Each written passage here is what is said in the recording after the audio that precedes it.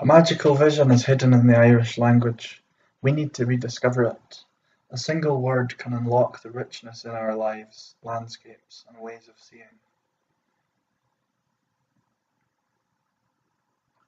What if we've been looking at Irish through the wrong lens all these years? Rather than it being a subject that causes heartache in schools, might it actually be a periscope into our psyche and our souls?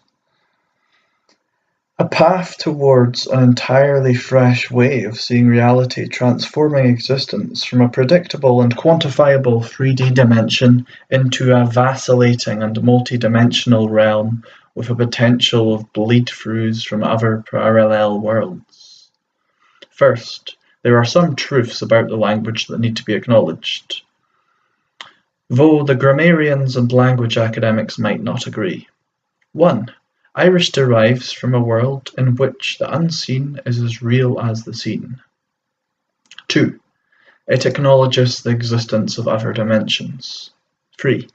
It is based on an understanding that nature and the land are vibrant, sentient beings. 4.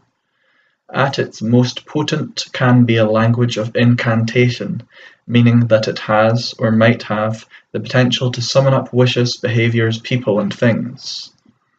These are bold claims, I realise, and whether any lofty academic linguist would agree is debatable, but let me explain with some examples of the many Irish words and phrases that can upend your way of seeing reality. Words like sclampini, for example, which conveys the effects of light dancing before one's eyes, either real light or the supernatural. Those glimpses we get through the veil of what lies beyond. A single word like this can shift one's frame of reference radically, to question all one's assumptions, and offering the potential of more holistic and limitless ways of thinking and being. Caithnin is another fine example of how a single word can unlock the hidden richness in our lives and landscape. It means a speck of dust, a husk of corn, a snowflake, a subatomic particle, and a minuscule smidge of butter, or anything tiny that gets into the eyes and irritates it.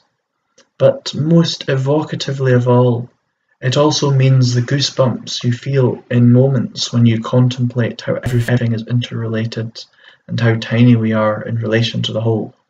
Like that feeling when you realise, or maybe remember, that we are all one, all unified.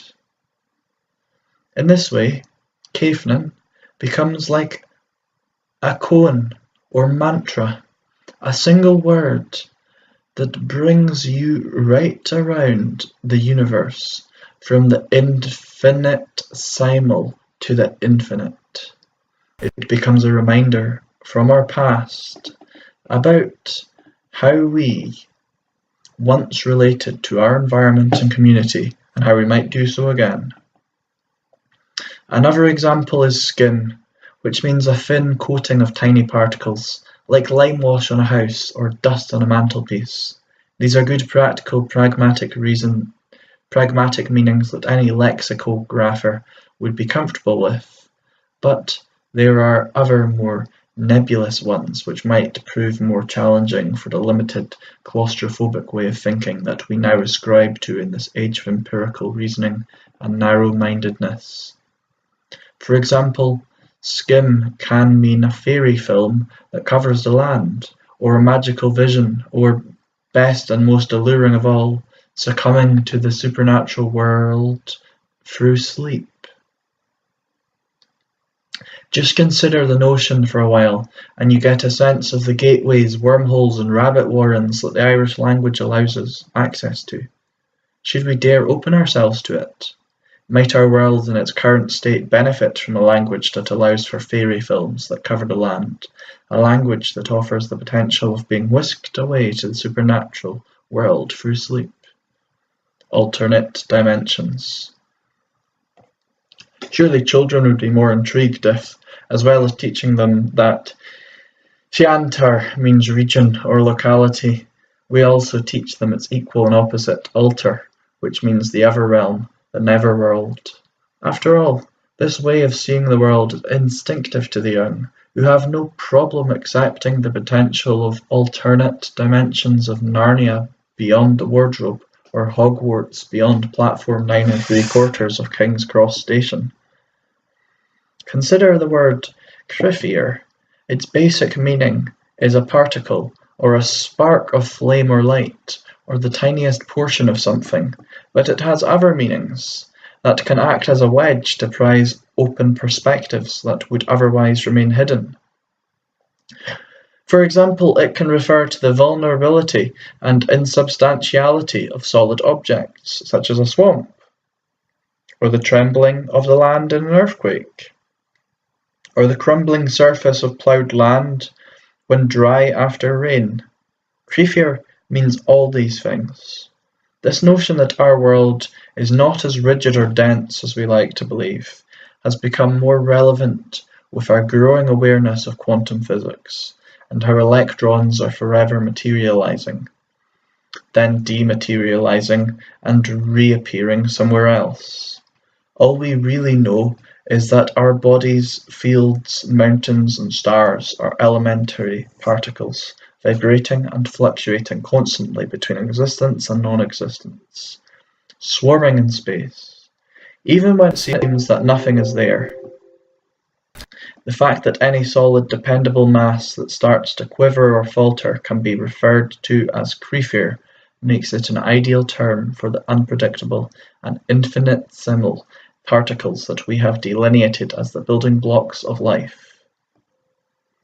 These concepts are a bit bamboozling to all of us, but they might be easier to an Irish speaker who is already comfortable with the notion that a word like "puishin" can mean a supernatural covering that allows otherworldly beings appear unseen in this reality, as well as being a blindfold, a goat muzzle, and a tin shade put over thieving cows' eyes. As an aside, the Irish for bamboozling is miascan, mire, which also means going astray into other dimensions. Now, with regard to this incantatory quality that Irish may possess, the best way of seeing it is through the first words ever composed by an Irishman, the Song of Amergin, which our chief poet and druid, Amergin, is said to have recited upon arriving in Ireland on the 1st of April 700 BC.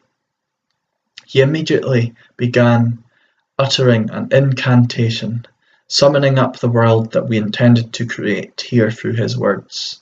Ancient languages, when spoken by shamans and sorcerers, seemingly had this ability to not only describe an item, but help condense it from a parallel amorphous world of potential into a tangible crystallized reality.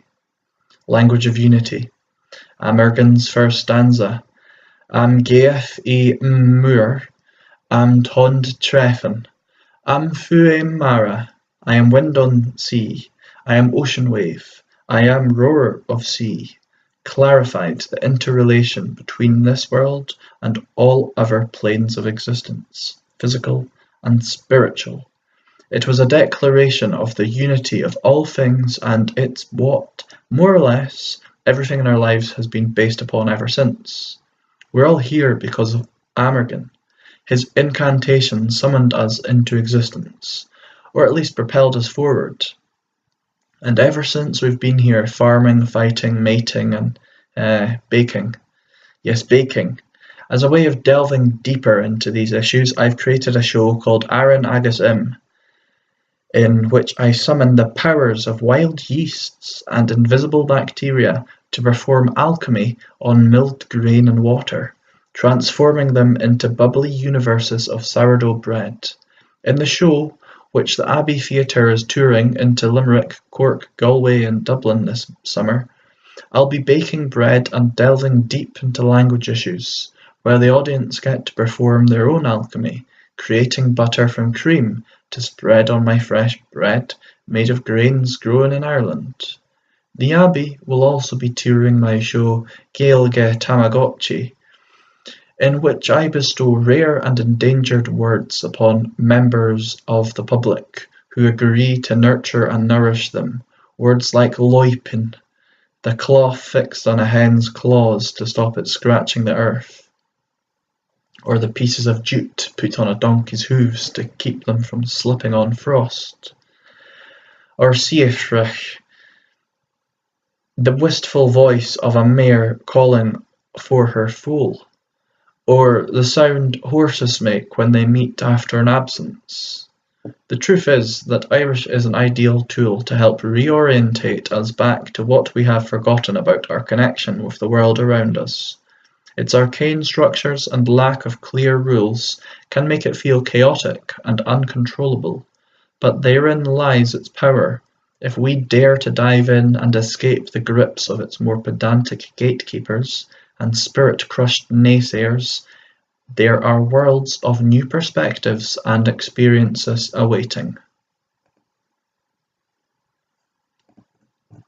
That article was written by Mansion Magan in the Irish Times.